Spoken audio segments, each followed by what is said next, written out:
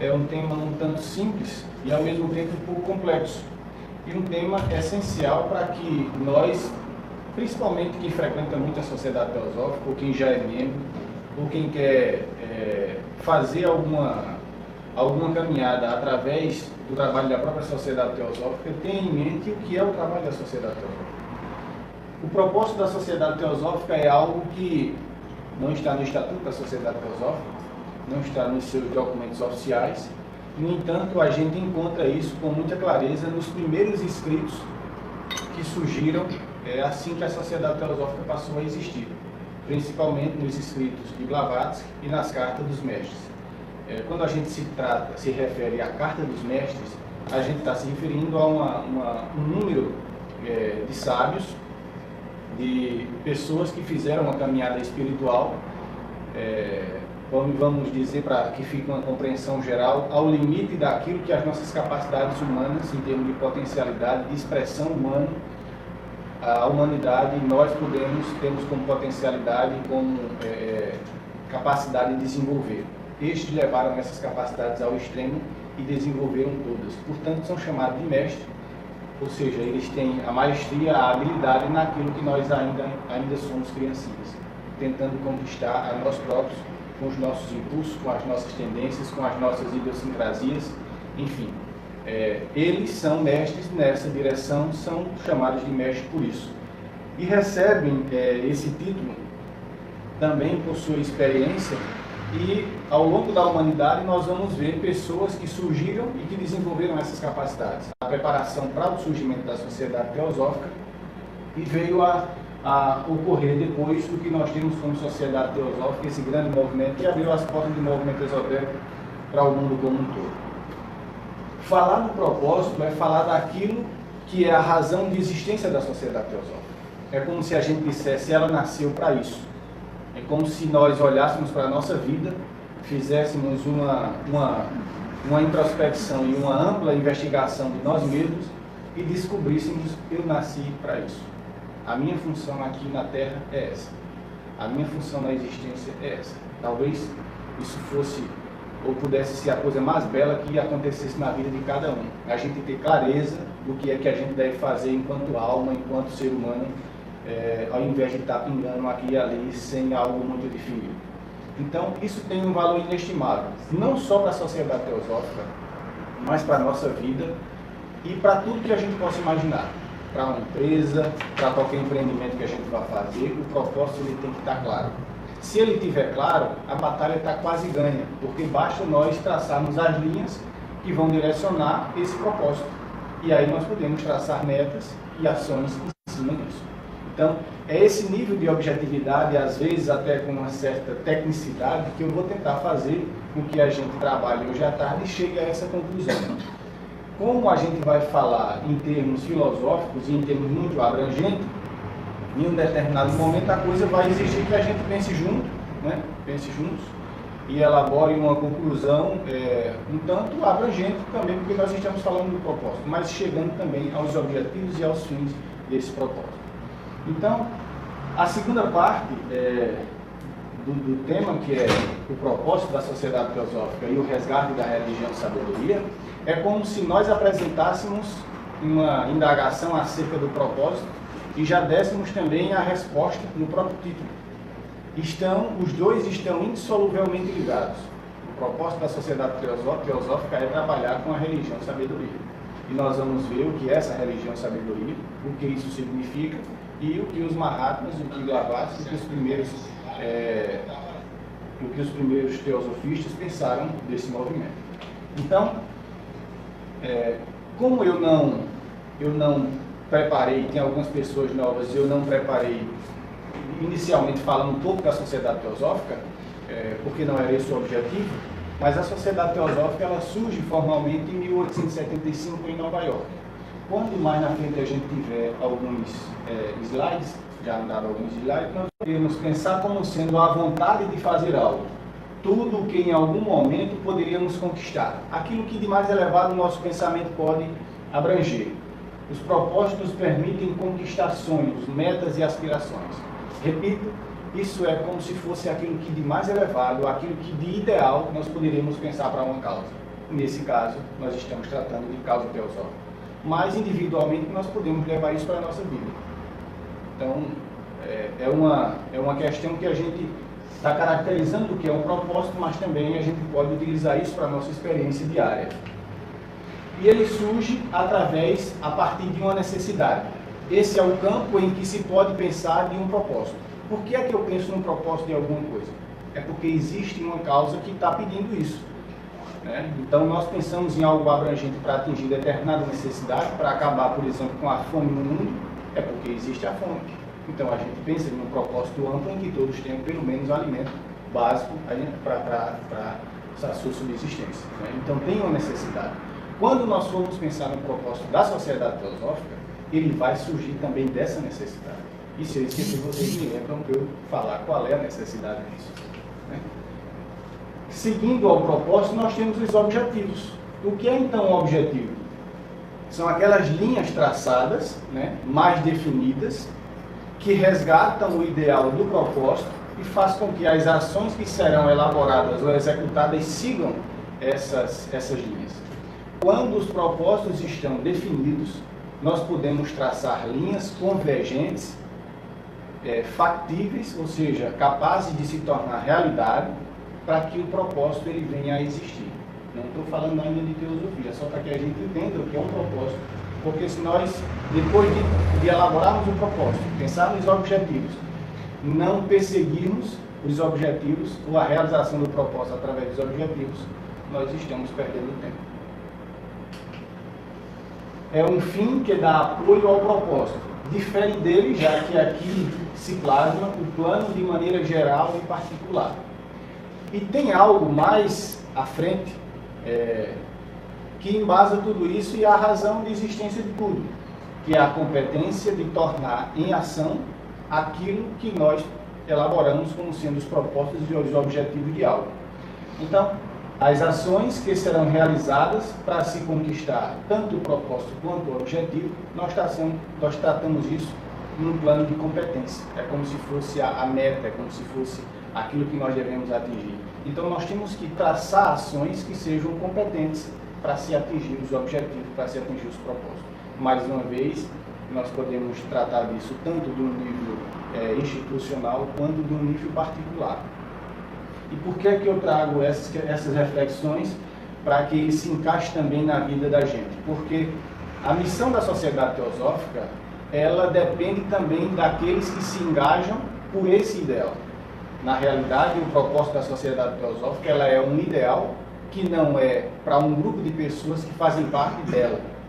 É um ideal para a evolução da humanidade, pensando em humanidade como todos os seres humanos, pertencentes de uma religião ou não, de uma cor da pele ou de outra cor da pele, com quaisquer diferenças que a gente possa imaginar, e teremos que eliminar todas elas. Porque esse propósito ele se relaciona ao desenvolvimento da nossa alma e não ao desenvolvimento de nada, absolutamente nada que seja externo. Então, nada que é externo ou nada que é particular pode tingir ou macular esse propósito, porque ele é algo que se refere diretamente à nossa alma. Então, para nós atingirmos, a gente faz esse alerta de início, para nós atingirmos aquilo que nós estamos classificando como sendo o propósito da sociedade teosófica, é preciso que haja também uma perseguição desse propósito internamente, na vida de cada um. Porque ele vai se relacionar exatamente com o desenvolvimento daquelas capacidades internas que nós temos. E isso nós só fazemos tomando conta da nossa própria vida. Né? Não tem como existir o propósito da sociedade teosófica enquanto instituição, e ele bem resolvido e bem desenvolvido, e não existirem pessoas que desenvolvam isso nas suas vidas. Então seria um diletantismo filosófico que não se encaixa. E a necessidade que a sociedade teosófica que se sentia para que viesse a existir um movimento como sociedade teosófica, que é um ideal de vida, não é uma igreja, não é uma instituição, não tem um credo elaborado, não tem uma doutrina elaborada, e por isso mesmo ele é sui generis, né? Nós podemos realizar esse ideal em qualquer lugar onde a gente esteja, em qualquer religião que a gente esteja, ou fazendo parte de nenhuma delas, né? É bom que isso fique muito bem frisado, porque ela também não visa ser um novo movimento nesses parâmetros. Ela visa trazer dignidade e o desenvolvimento daquilo que é divino em nós, porque nós somos, em essência, seres divinos. E essa é a meta de cada ser humano, né? Então, nós partimos do seguinte, relembrando um pouco a formação da sociedade teosófica. Em um texto belíssimo, intitulado Programa Original da Sociedade Teosófica, que foi escrito por Blavatsky, ele está no site da Sociedade Teosófica. O site passou por uma reformulação, não sei se agora ele ainda está, mas ele é de um grupo de estudantes do Rio de Janeiro que, há alguns anos, produziram um material chamado Sigla, Ciclo Blavatsky, e esse material está num desses siglas, né? Para não deixar qualquer equívoco, temos de relembrar aos membros da Sociedade Teosófica a origem dela, em 1875. Enviada aos Estados Unidos em 1873, com o propósito de organizar um grupo de trabalhadores em um plano psíquico. 2 anos após, esta escritora recebeu ordem de seu mestre e instrutor para formar o núcleo de uma sociedade regular. Blavatsky, ela teve contato com o seu mestre e instrutor, que seria o instrutor dela, em 1851. Ela tinha 20 anos, no dia do aniversário, no dia em que ela completava 20 anos. De 1851 em diante, ela começou a ter contato frequente com o seu instrutor e não mais deixou. Antes ela tinha, através de sonho, nem sabia quem era. Em 1851, no dia 12 de outubro, ela o encontrou pessoalmente, fisicamente, em Londres, e daí por diante surgiu um relacionamento em que, naquele primeiro momento, ele expôs para ela uma tarefa que ele tinha a desenvolver e pedia a colaboração dela. Ela aceitou, e esse empreendimento, como tem em vários locais, é o empreendimento do movimento teosófico. Mas ela escreve que em 1873 ela foi enviada aos Estados Unidos com o propósito de organizar um grupo de trabalhadores em um plano psíquico. Há várias referências que esse grupo de trabalhadores no plano psíquico era muito mais para resgatar e tentar trabalhar em consonância, ou vamos dizer assim, pegando o impulso que o movimento espírita já havia dado àquela época e poder eliminar alguns equívocos, mas aproveitar o bonde que já estava andando, vamos dizer assim. Nós não temos muitos detalhes sobre isso nos escritos teosóficos. O fato é que ela, logo em seguida, também sem entrar em detalhes nesse texto pelo menos, ela coloca 2 anos após, esta escritora recebeu ordens de seu instrutor para formar o núcleo de uma sociedade regular. O núcleo de uma sociedade regular. Essa sociedade é a sociedade teosófica. Veja que a orientação é para formar um núcleo. O núcleo é a parte essencial de onde tudo surge, de onde tudo vai brotar. E esse núcleo ele precisa expressar verdadeiramente, o que a árvore completa, vamos pensar assim, ela vem a desenvolver. Então, o objetivo, enquanto impulso inicial da sociedade teosófica, era formar esse núcleo de pessoas que pudesse expressar esse ideal. E em outro arquivo nós encontramos: ordens recebidas da Índia mandam estabelecer uma sociedade filosófica religiosa e escolher um nome para ela, e também escolher ordem. Aqui nós começamos a definir um pouco as coisas. O núcleo de uma sociedade regular. O núcleo de uma sociedade regular, filosófico-religiosa. É esse material, são nesses campos que a sociedade teosófica vai trabalhar. São nesses campos. Nós poderíamos nos perguntar por quê.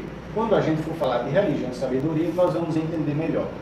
Porque o que se buscava com o movimento era trazer à tona aquelas verdades acerca do desenvolvimento e da potencialidade da alma esquecidas, uma vez que aquela época, e aí surge a contextualização da necessidade em que o propósito venha a existir, que nós falamos no início. Naquela época o mundo vivia em um materialismo sem tamanho. Era, vamos dizer assim, chegando o desenvolvimento industrial de forma muito expressiva, as várias conquistas que se poderia se ter em termos de condições humanas, de trabalho, de civilização, de crescimento, de desenvolvimento, de industrialização, de expansão da mecânica, de tudo, era crescente, e nós vivíamos numa corrida desenfreada para o materialismo, não só o materialismo externo, mas o materialismo interno. Esse materialismo interno, do ponto de vista de que aniquilava quase por completo todas as potencialidades espirituais e a expressão dos seres humanos como seres espirituais. Então, em um texto que Blavatsky coloca, ela diz o seguinte: era preciso uma filosofia espiritual para resgatar a condição espiritual no homem, nas pessoas, vamos dizer assim, devido ao momento cada vez mais crescente de aniquilação das suas potencialidades espirituais, da sua contraparte espiritual. E isso nós vemos na nossa vida particular, no nosso dia a dia, quando, por alguma distração ou outra, nós nos aferramos demais às sensações, às buscas muito mais materialistas e de prazeres humanos, e esquecemos um pouco aquilo que nós de mais elevado temos. Mas nós vivíamos num momento muito crítico. Não que hoje a gente também não vive o materialismo, vive, e talvez de uma maneira até pior, mas nós temos também uma expressão maior e com um acesso muito mais amplo também dessas verdades espirituais e da capacidade de encontro das almas. Então, naquela época, nós tínhamos, além disso, nós tínhamos só o movimento espírita nascendo, né? Vejam que antes nós já tínhamos tido uma outra revolução tentando trazer ideais elevados para se disseminar e trazer uma elevação do padrão humano, quando alguma liberdade, a igualdade e a fraternidade, né? Em alguns termos nós socialmente e politicamente avançou-se demais em termos de igualdade, em termos de liberdade, mas em termos de fraternidade é uma sociedade filosófico-religiosa que vem a trabalhar mais posteriormente. Então, nós temos isso como uma necessidade da própria alma humana. E o movimento teosófico, ele surge nesse contexto. Né? Ele surge nesse contexto. Trazendo uma filosofia que aponte nas pessoas que elas e nelas existe uma potencialidade divina e que elas podem assumir o caminho e desenvolver essa potencialidade internamente sem a necessidade de intermediação de uma autoridade. Porque o mundo ocidental também, à época, vivia sob o jugo de praticamente uma religião oficial e uma intermediação para que se atingisse o divino nas pessoas através de suas autoridades. A sociedade teosófica vem trazer o ensinamento da religião sabedoria e quebrar com esses paradigmas. E as maiores perseguições que ela vai sofrer vem exatamente do movimento católico e do movimento espírita, que depois ela vai frontalmente combater, se debater, né, em alguns aspectos. Nós enviamos para a América, e saiu a citação das cartas dos Mahatmas, fizemos com que se conhecessem ela e Walcott, e o experimento começou. Desde o início foi dado a entender, tanto a ele como a ela, claramente, que a questão dependia inteiramente deles. E aí surge uma questão, os Mahatmas que inspiraram o movimento teosófico, eles continuaram fazendo o movimento através de Walcott e de Blavatsky. As linhas foram dadas, a competência para a ação partiu exclusivamente deles. Então, o propósito foi apresentado, os objetivos foram apresentados, mas a ação, a organização, o plano de desenvolvimento, e talvez por isso mesmo ela tenha cometido tantos erros, dependia daqueles humanos, como qualquer um de nós, sem nenhuma capacidade de trazer os Mahatmas para agirem em seu próprio nome. Então, como um alerta, nós colocamos isso. Contudo, apesar de que nada foi dito aos dois fundadores com relação ao que tinham de fazer, eles foram claramente instruídos quanto ao que nunca deveriam fazer, o que tinham de evitar e o que a sociedade nunca deveria se tornar. Igrejas organizadas, seitas cristãs e espirituais foram mostradas como futuros contrastes à nossa sociedade. Isso aqui nós temos como uma meta a perceber. A sociedade teosófica ela não nasceu para ser uma estrutura religiosa, muito embora o seu campo seja filosófico-religiosa, organizada da forma como uma igreja é. ela é uma organização totalmente diferente disso. E nós vamos ver mais adiante a razão disso também.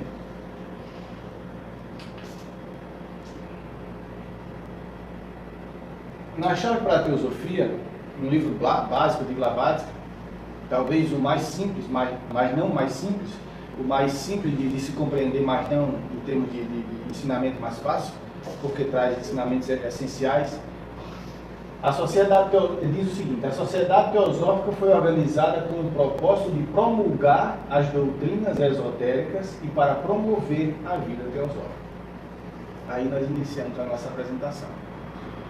A sociedade teosófica, ela inicialmente teve como propósito, está na Chave para a Teosofia, que ela coloca, promulgar as doutrinas esotéricas e promover a vida teosófica.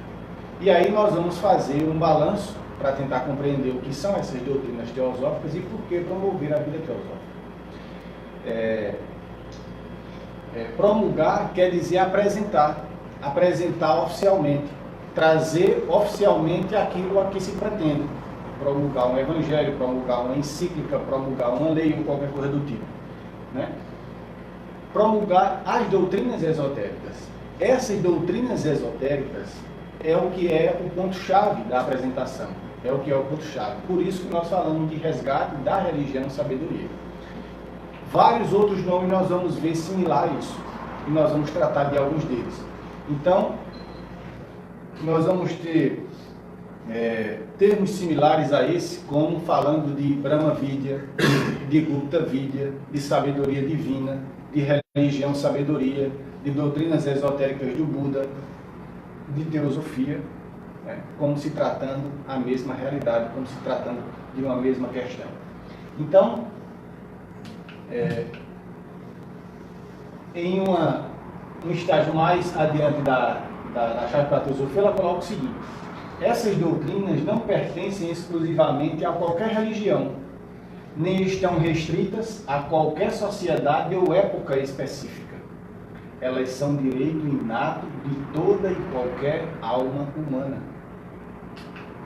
Seu credo é lealdade para com a verdade e seu ritual honrar cada verdade através dos atos. Eu acho isso a coisa mais bela do mundo. Primeiro porque quando a gente fala aí das doutrinas esotéricas, e é esse resgate que a sociedade teosófica tem por propósito trazer o resgate desses ensinamentos, nós estamos falando nas escrituras fala-se de uma época dourada, aonde esses ensinamentos, os ensinamentos acerca do desenvolvimento das virtudes, da ética e das potencialidades espirituais em nós. O homem sempre foi visto como um ser espiritual. Nas tradições, nas épocas antigas, e o ensinamento para que esse desenvolvimento espiritual ocorresse também sempre esteve direto ou indiretamente acessível. Fala-se de uma época onde seriam, vamos dizer, a época dourada, em que os ensinamentos para o desenvolvimento dessas potencialidades, eles eram abertos. O fato é que, ao mesmo tempo em que nós sabemos através da literatura e que compreendemos que somos um ser divino, um ser eterno, um ser imortal, e que a nossa alma tem potencialidades enormes de desenvolvimento, nós estamos ligados à matéria e às situações da matéria. E existem as forças naturais da própria matéria que nos puxa e faz com que, por natureza, a matéria atue e não deixe esse desenvolvimento ocorrer. Então é preciso uma cultura interior para que esse desenvolvimento ocorra. Por isso que no slide anterior fala-se de promulgar as doutrinas esotéricas e promover a vida teosófica. É preciso apresentar as doutrinas, é preciso apresentar os ensinamentos, mas é preciso também ter uma vida compatível a esses ensinamentos. Eles precisam ser comprovados através dos atos, para que eles possam ser vistos como factíveis, né? Como reais, como capazes de serem desenvolvidos. E essa época, e esses ensinamentos, mais à frente a gente vai entender um pouco melhor, pertencem e estão desenvolvidos, estão apresentados desde que o homem é homem, desde que o mundo é mundo, vamos dizer assim. Desde que surgiram os primeiros homens aqui na Terra. Porque esse ensinamento, ele é um ensinamento, uma vez que, vamos tentar fazer um parênteses e tentar compreender de forma alegórica e simbólica. Suponhamos que nós estivéssemos com o nosso corpo completo, com as nossas faculdades mentais desenvolvidas, e que nós ganhássemos uma centelha espiritual para caminhar enquanto seres humanos, mas não só animais, mas adquirindo a capacidade de nos relacionar espiritualmente e desenvolver espiritualmente. Ao mesmo tempo em que nós temos esse aglomerado formando esse ser de uma forma geral, nós temos todas as pulsações daquilo que é animal em nós em desenvolvimento. Então não é preciso um ensinamento que nos diga que nós temos tendências animais, ou tendências a se relacionar com o mundo transitório, porque essas forças já atuam livremente. Isso faz com que aquela centelha que nós ganhamos de forma do fogo espiritual, ele fique um pouco escondido, um pouco murcho, sem se desenvolver. Esse ensinamento é um ensinamento para a alma, para que ela desenvolva essa centelha divina e ilumine a sua vida como um todo. Portanto, ela é um direito inato de toda e qualquer alma humana. E aí nasce a importância desse ensinamento chegar limpo e puro em cada alma humana, porque do contrário, ela não se desenvolverá livremente.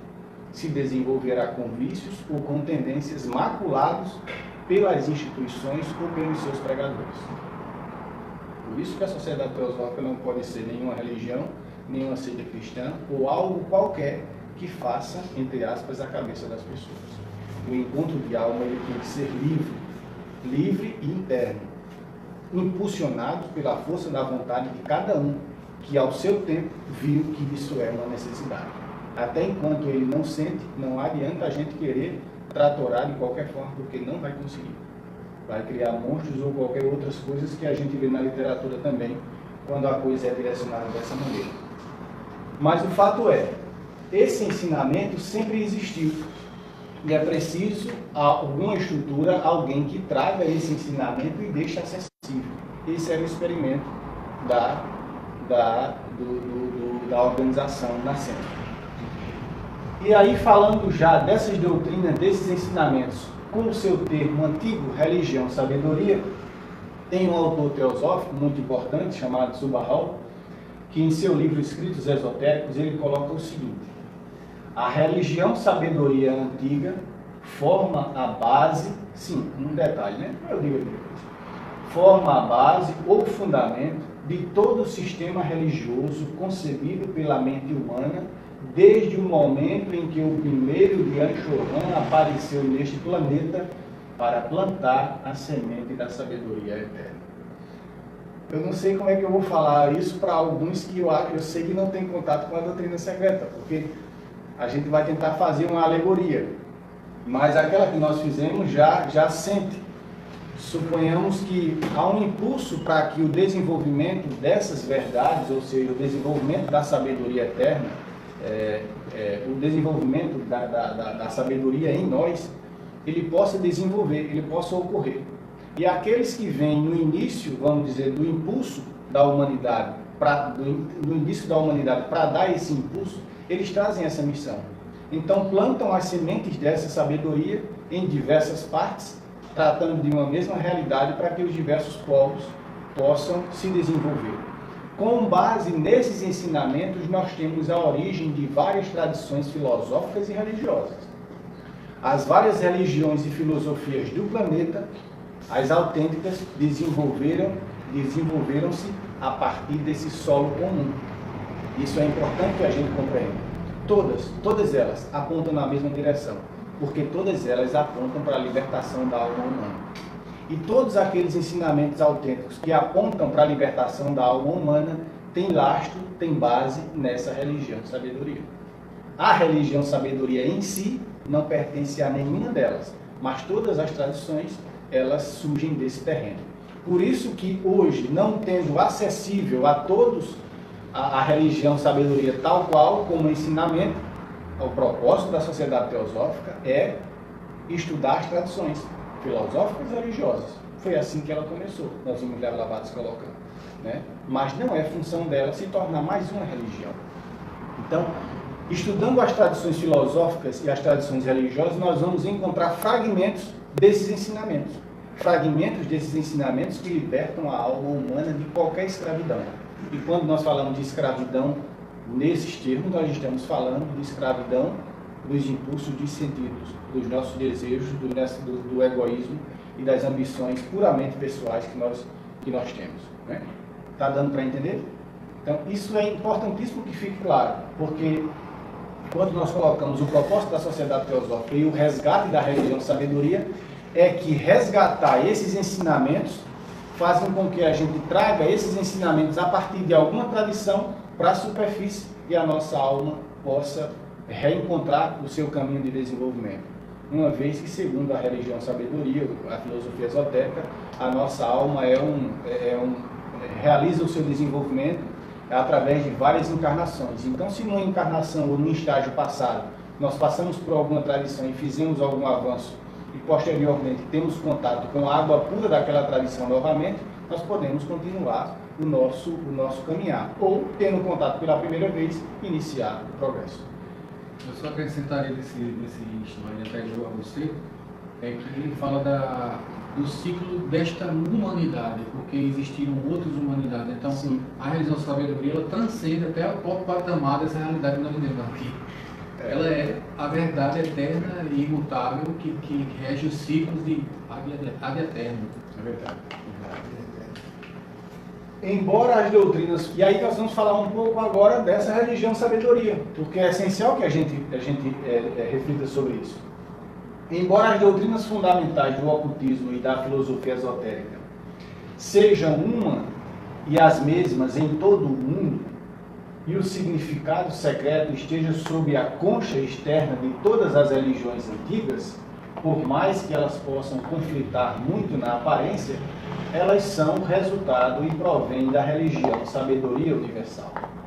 Os modos de pensamento e de sua expressão devem necessariamente diferir. Aí mais uma colocação de Subahal para ratificar o raciocínio que nós vínhamos desenvolvendo.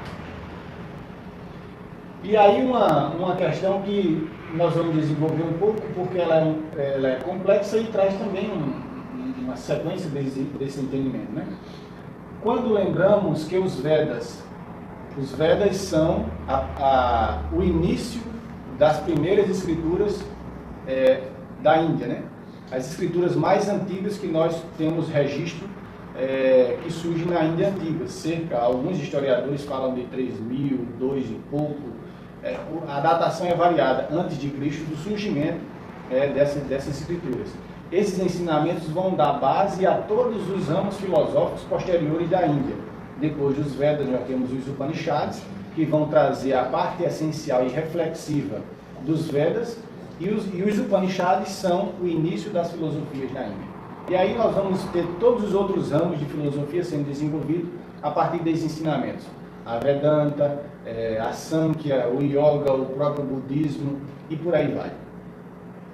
Quando lembramos que os Vedas, de acordo com todas as tradições, vieram do lago Manasarovar, do Tibete, e os próprios Brahmanes do extremo norte, nós estamos justificados em considerar as doutrinas esotéricas de cada povo que uma vez já as teve ou ainda as tem como provenientes da única e mesma fonte, e para assim chamá-la de doutrina ária caldaico-tibetana ou religião sabedoria universal.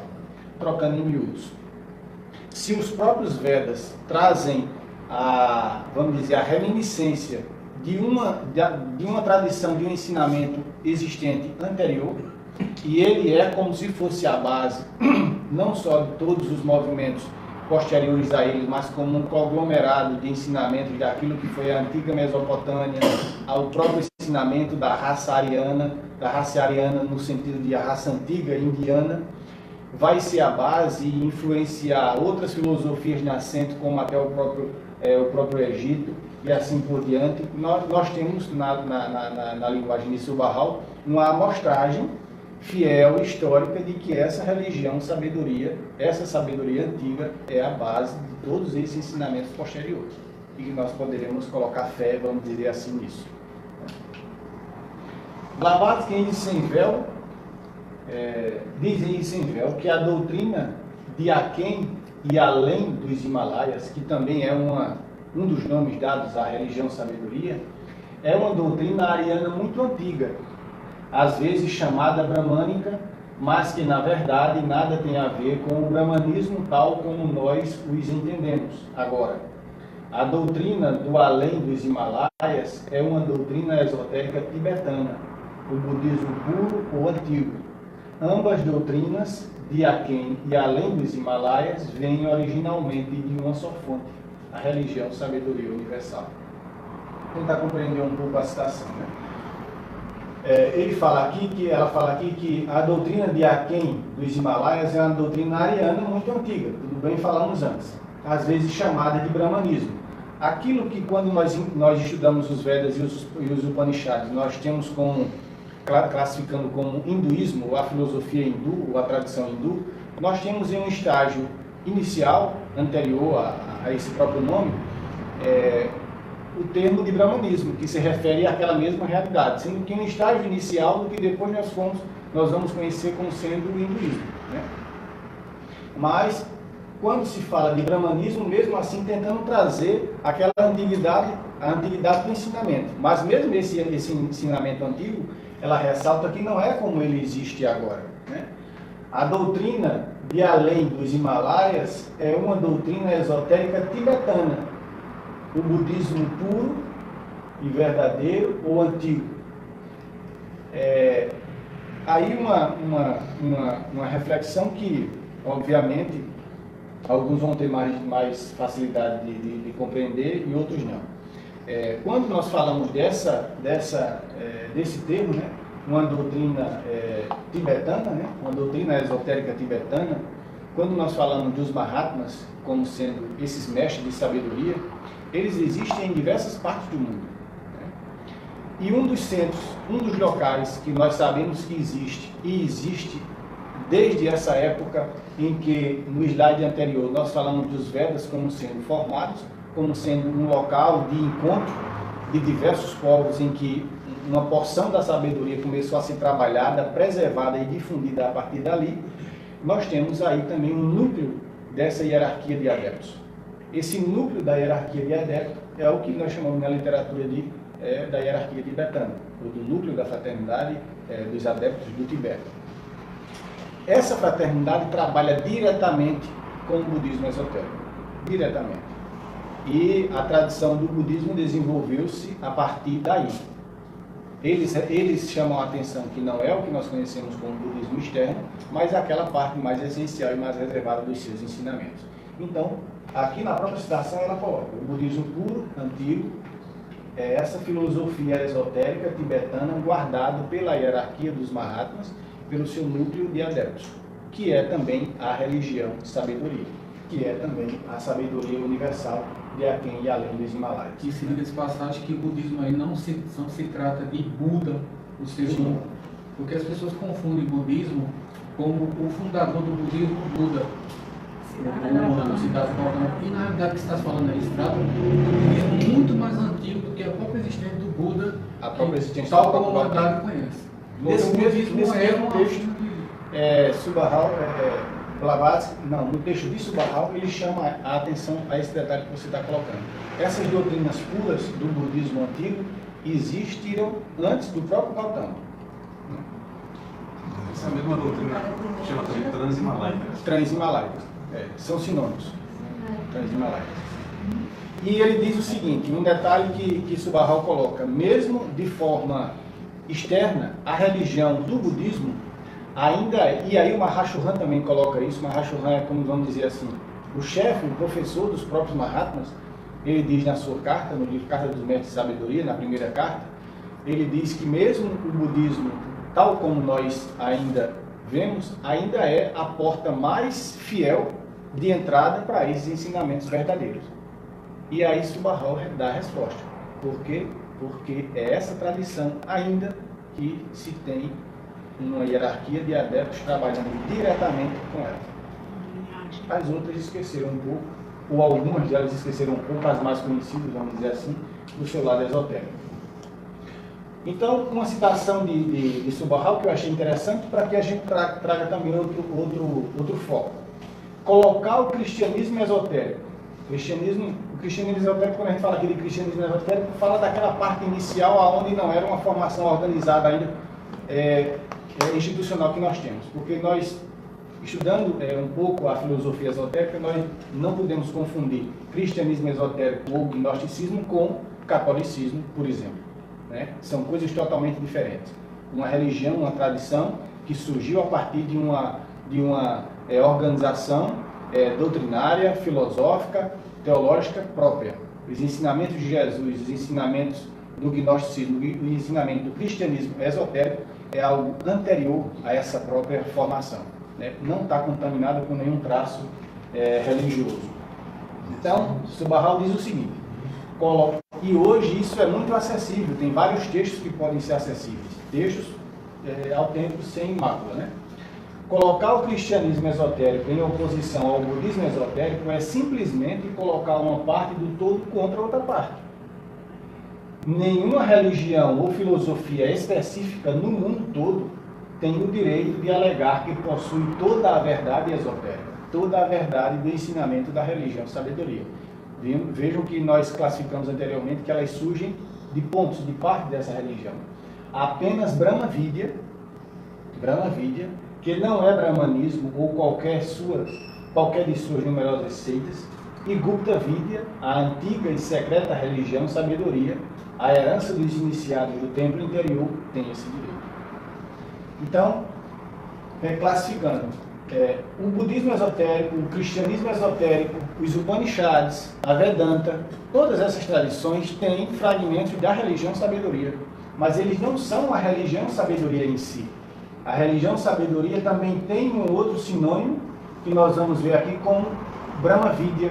Brahma Vidya é a sabedoria de Brahma, Brahma representando o todo, a divindade como um todo. Então é a sabedoria divina acessível.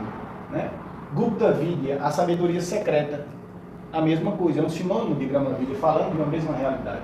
Somente aí nós encontramos um todo dessa verdade, né? Um todo de uma expressão dessa verdade.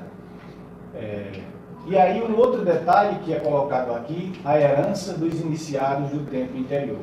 Quando Blavatsky fala do que significa o termo teosofia, ela diz que teosofia é sabedoria divina, sabedoria dos deuses, sabedoria transmitida pelos deuses, vista, vivida e experienciada pelos vários sábios de toda a humanidade, testada e aprovada em suas próprias vidas em correlação com os outros.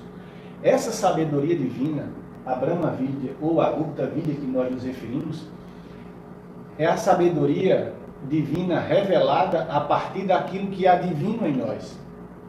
É uma expressão daquilo que há de mais sagrado em nós. Por isso que os fragmentos desse ensinamento, tendo contato a nossa alma com ele, vai poder desenvolver essa realidade em nós. Se nós não tivermos contato com os fragmentos daquilo que incite, que faça desenvolver em nós aquilo que há de mais elevado, obviamente o que vai se desenvolver em nós é aquilo que há de mais baixo. Né? O contrário, ele continua sendo verdadeiro. Portanto, é preciso ser apresentado, é preciso estar acessível essa sabedoria. É uma herança dos iniciados, porque é uma herança da alma e tem que estar presente em todas as épocas de povo, como nós classificamos até então. Próxima unidade nós temos o seguinte, já uma citação aí dos próprias Cartas dos Mestres, da Carta Única, que nós pegamos como fonte aqui do termo Brahma Vidya e do termo Gupta Vidya para classificar isso como sendo teosofia. Já não é Luiz dizendo, já não é nenhum de nós dizendo, é um mestre de sabedoria fazendo essa análise. Filhos da Índia, da antiga Aryavarta, sejam filhos adotivos ou filhos de sangue, lembrem-se de que são teosofistas e de que teosofia ou Brahma Vidya é a mãe de cada religião antiga, mesmo que possa estar abandonada e repudiada agora pela maioria de seus filhos ingratos. A gente, infelizmente, tem tempo curto, não pode ir a fundo em todos os detalhes, mas isso é tão significativo, mas tão significativo de um jeito, que vale muitas meditações e muita reflexão em cima. A sociedade teosófica, e principalmente aqueles que se engajam com ela, estão lidando com algo que, às vezes, sequer a gente pode imaginar o valor disso. É o valor de algo que pode trazer a libertação da nossa alma. A libertação da nossa alma enquanto algo aprisionado, preso à necessidade de ter que angariar porções de satisfações pequenas dos nossos sentidos para poder ter felicidade. Onde nós poderíamos sentir e ter internamente um estado de felicidade profunda. É esse estado de felicidade, não para que a gente se vanglorie ou se beneficie, mas porque é esse o estado de nós enquanto ser real, enquanto alma, que a filosofia esotérica, que os fragmentos da religião sabedoria têm a capacidade de desenvolver. E por isso eles precisam ser apresentados. Então, quando é colocado isso pelo Mahashohan, e apresentando isso como isso sendo teosofia, ele vai ratificar pelo que nós vemos a seguir. A doutrina que promulgamos do aquém e além dos Himalaias, por ser a única verdadeira, deve, apoiada em provas como as que estamos por oferecer, triunfar, afinal, como qualquer outra verdade. Se nós vermos esse texto de forma isolada, nós podemos até achar que ele está sendo presunçoso, porque a doutrina que promulgamos sendo a única verdadeira, mas aí nós sabemos do que ele está falando. Ele está falando da religião de sabedoria, da sabedoria divina. E como existe apenas uma divindade e uma expressão dessa divindade em toda a humanidade, a sua doutrina só pode ser verdadeira. Ele só está sendo sincero. Agora, é uma linguagem que, se nós fôssemos falar, cairíamos numa certa presunção. E ela deve prevalecer, afinal, porque é esse o curso da humanidade, é esse o desenvolvimento daquilo que nós chamamos de evolução. Então, ao invés de nós estarmos pensando em evolução de coisas que nos deixem cada vez mais satisfeitos pessoalmente, nós poderíamos estar pensando em evolução de algo mais amplo, uma evolução onde a nossa alma cada vez mais se expressa de forma mais ampla. Para que nossas doutrinas, é outra citação que ratifica aquilo ali, para que nossas doutrinas ajam de forma prática sobre o assim chamado código moral, ou as ideias de retidão, pureza, autossacrifício, caridade, honestidade, ética e tantas outras coisas, temos de popularizar o conhecimento da teosofia. Temos que popularizar o conhecimento que liberta a alma humana. Através disso, nós produzimos realmente uma revolução social no planeta. Sem isso, fica difícil, porque as necessidades mesquinhas de cada um nunca vão se encaixar. Então, é algo que a gente deve pensar muito, porque, de uma certa forma, existe uma necessidade aparente, premente, que nós sentimos e nos ataca todo dia na porta, mas também nós sentimos um certo vazio interior, um certo vazio de existência, que requer algo mais profundo, algo mais profunda e mais, vamos dizer assim, mais limpa, mais pura, para que a gente beba e sacie a sede. E quando ele está falando de popularizar um conhecimento da teosofia, ele está propondo um resgate da religião sabedoria. Um resgate daquilo que, entrando por essa porta, alguém possa ter contato com essa sabedoria e traçar as linhas de sua vida, traçar os seus objetivos, as suas metas e ser competente naquilo. E nunca mais esquecer. E isso ser o objetivo da sua vida. Mesmo assumindo trabalho, mesmo assumindo filho, mesmo assumindo família, mesmo assumindo as obrigações, mesmo assumindo as contradições que vão tentar impedir para que isso aconteça, mesmo assim, ele tem o direito de ver a luz, porque a luz é um direito inato dele. E mais uma vez, é por isso que a instituição não pode se tornar uma religião. A ST foi concebida para ser a pedra angular das futuras religiões da humanidade. Eu coloquei aqui em vermelho e grifando abaixo S, do plural, porque essa é uma citação da mesma carta que nós vemos trabalhando. Mas existe uma nota no próprio livro de que esse texto é um fragmento de um texto de Simiti, que Simiti recebeu do Mahatma. E no texto original, pelo menos nessa carta, há a colocação de que ela não se refere pedra angular das futuras religiões, mas da futura religião da humanidade, se referindo à religião de sabedoria única. Então, a ST seria um núcleo. Lembram que quando o mestre falou lá para Blavatsky, o núcleo de uma sociedade regular, filosófico-religiosa, um núcleo que pudesse ser a base, o alicerce, a pedra angular da futura religião da humanidade, como um resgate daquele tempo dourado que viesse a existir numa época posterior. Então esse é o propósito da sociedade teosófica. E o resgate da religião e sabedoria é o propósito da sociedade teosófica, porque a humanidade caminha para isso. E como a sociedade é um empreendimento dos Mahatmas, eles veem a coisa de uma forma muito mais ampla do que a nossa própria visão. A gente poderia traçar como objetivo, até o final do ano, meter 100 pessoas aqui dentro, se tornar uma potência mundial, etc. E se a gente se aliasse a algumas forças, conseguiria isso tranquilamente. Mas não é esse o propósito. O propósito é outro. É servir como base para que o soerguimento ou a reaparição daquilo que foi classificado como ensinamento antigo pudesse ter um ambiente para existir novamente e, quem sabe, os mestres começarem a circular de novo ao redor de nós sem que sejam mortos. Para realizar este objetivo, aqueles que a lideram devem deixar de lado suas frágeis predileções pelas formas e cerimônias de qualquer credo particular e demonstrar que são verdadeiros teosofistas, tanto no pensamento interior quanto no comportamento externo. Esse é um fragmento da última carta que nós temos notícia de que daquela época um mestre enviou para alguém. Então, isso aqui deveria soar como uma música nos nossos ouvidos e como, ao mesmo tempo, como um norte para que a gente pudesse se guiar. Nós estamos lidando com algo muito sério. A sociedade teosófica vai passar por um momento muito conturbado quando essa carta surgiu. Existe um texto de Blavatsky chamado A Babel do Pensamento Moderno que diz o seguinte, citação longa, vamos ler rapidamente. No início dos tempos, ou melhor, na infância da quinta raça raiz, toda a terra tinha uma só voz e uma só palavra, diz o capítulo 11 do Gênesis. Interpretado à luz do esoterismo, isto significa que a humanidade tinha uma doutrina universal, uma filosofia que era comum a todos e que os homens estavam ligados por uma religião. Quer este termo seja derivado do étimo latino religere, ligar, unir ou reunir, pela fala ou pelo pensamento, ou de religions, reverenciar os deuses, ou quer seja derivado de religare, estar ligado estritamente.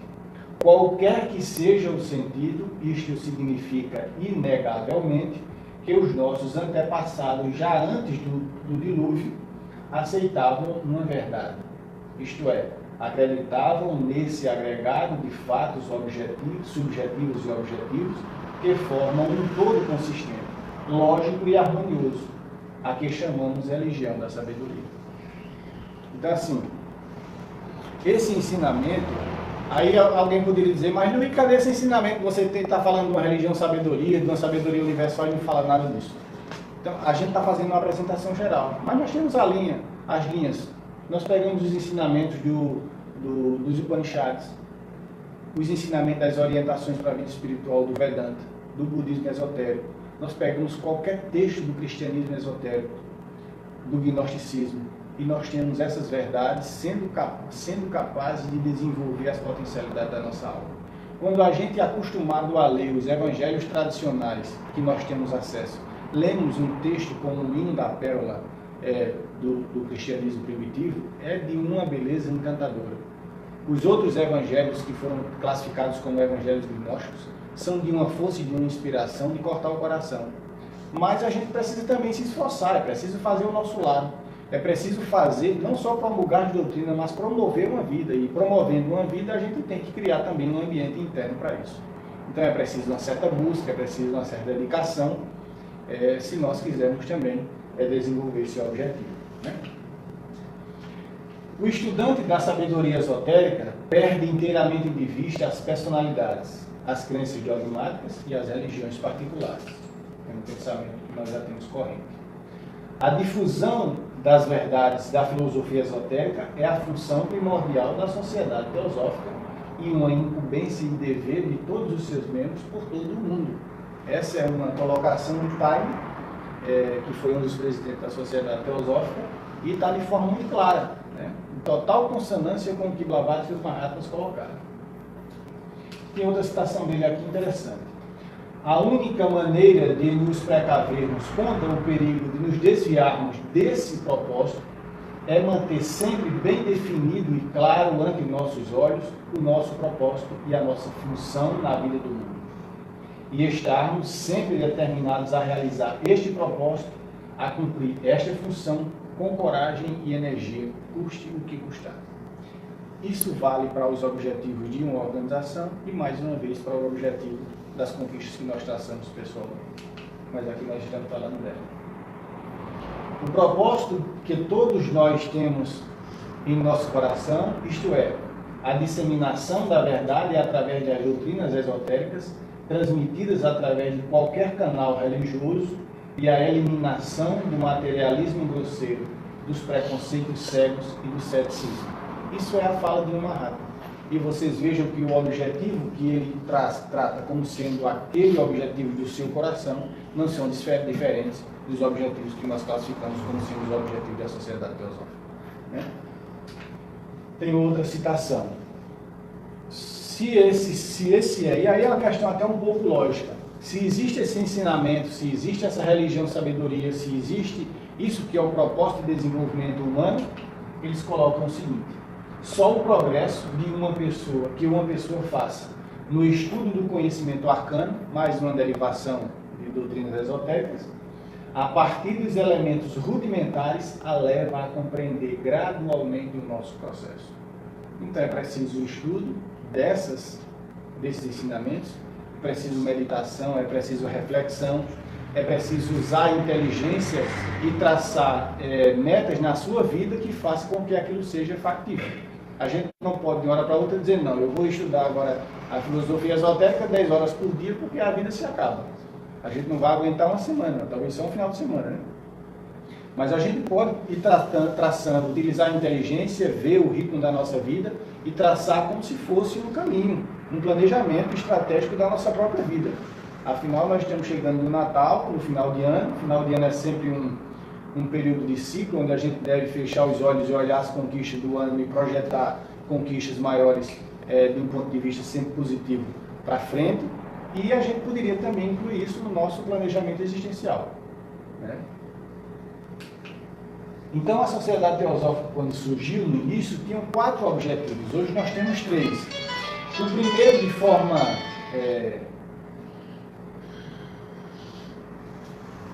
forma seca, pura, fraternidade universal. Fraternidade universal porque nós temos uma origem comum.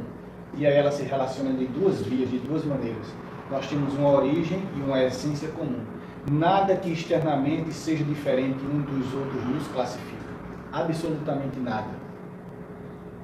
E é por isso que é tão cruel quando nós vemos o ideal de algo que poderia ser a reconciliação de um povo para que algo maior pudesse ocorrer, um elemento que esteja presente, e a isso seja o massacre, a inibição, a perseguição de alguma minoria através desses traços. Porque nada que há de externo pode nos classificar, absolutamente nada.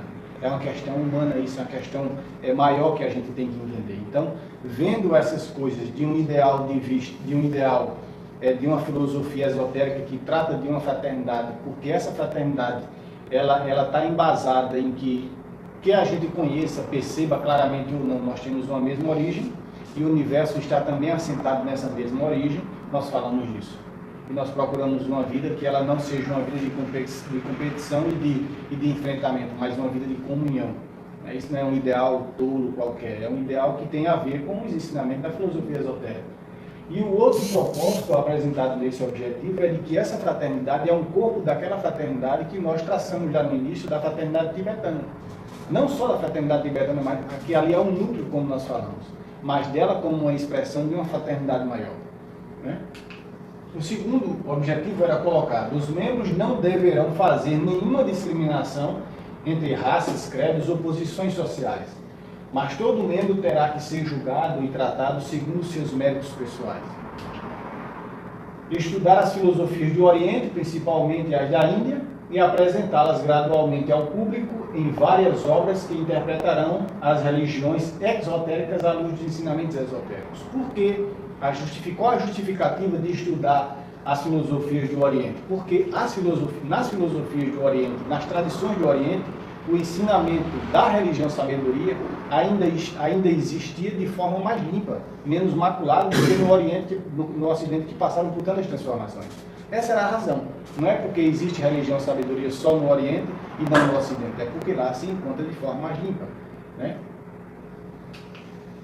Se opor ao materialismo e ao dogmatismo teológico de todas as maneiras possíveis, demonstrando a existência de forças ocultas na natureza, desconhecidas à ciência, e a presença de poderes psíquicos e espirituais presentes no homem. Então, todo o desenvolvimento daquilo que o homem não é só corpo, alma e espírito, tem várias coisas pulsando aqui dentro.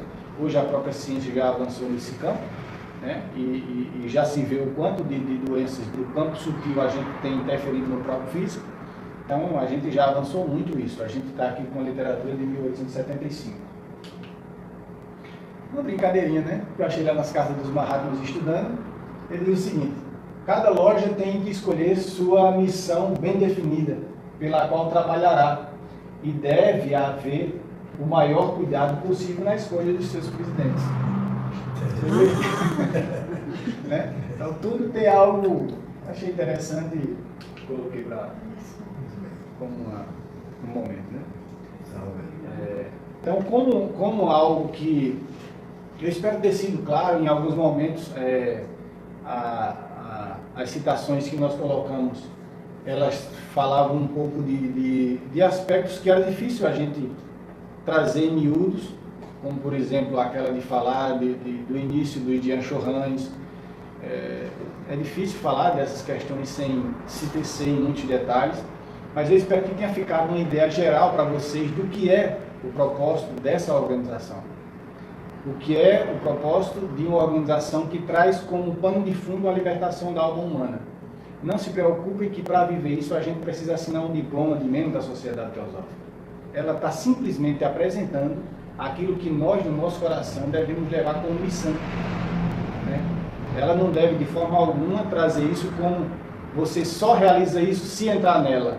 Seria mais uma escravização institucional que a gente estaria criando. E ela não pretende ser isso. Se em algum momento passar essa ideia, tenhamos a certeza que é uma ideia errônea, né?